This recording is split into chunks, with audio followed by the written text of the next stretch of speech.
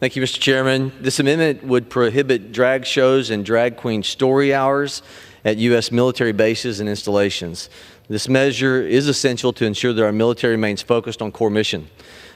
President Biden and his Department of Defense have hosted multiple drag show events as the left continues to push a sexual agenda on service members, showing total disregard for our troops who signed up to protect this country, not to be subjected to far-left policies.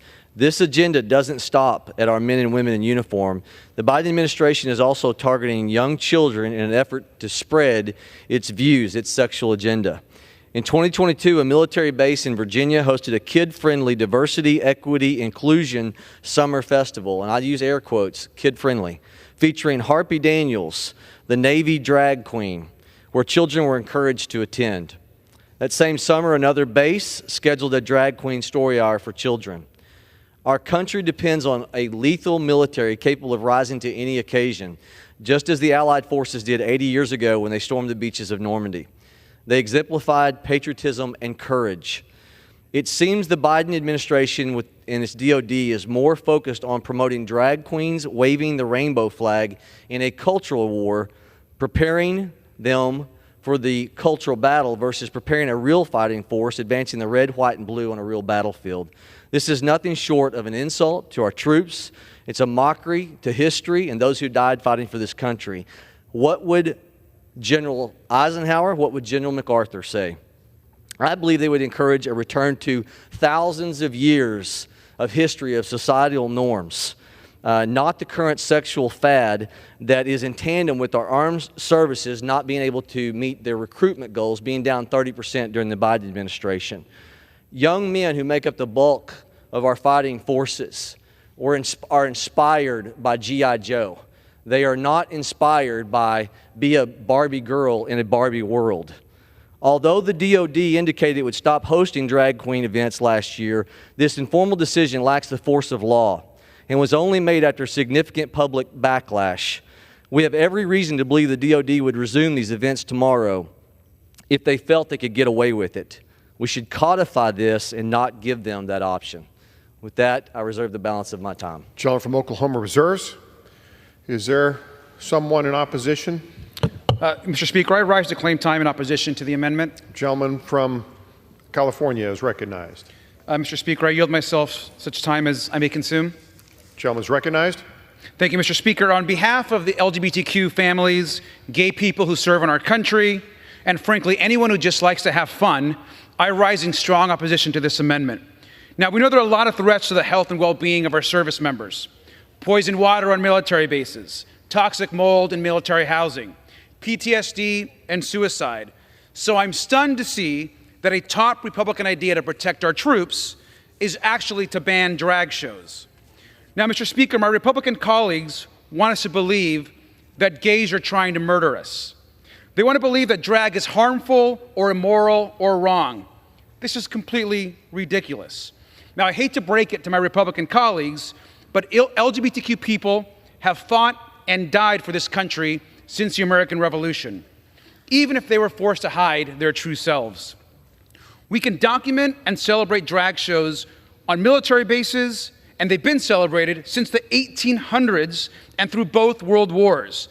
The USO and Red Cross hosted drag shows during World War II.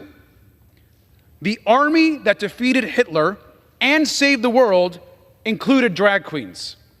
Ronald Reagan starred in a movie called This Is the Army, a movie about World War II that featured 4 drag performances. And he's not the only Republican president who knew that drag can be fun and sometimes silly. Mr. Speaker, drag is art, drag is culture, and drag is a form of comedy. And drag is not a crime, and it's not pornography.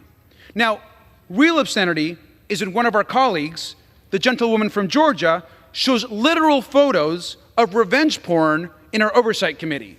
So if we want to end porn in government facilities, let's ban that. We know that inclusion in our military is good for our country.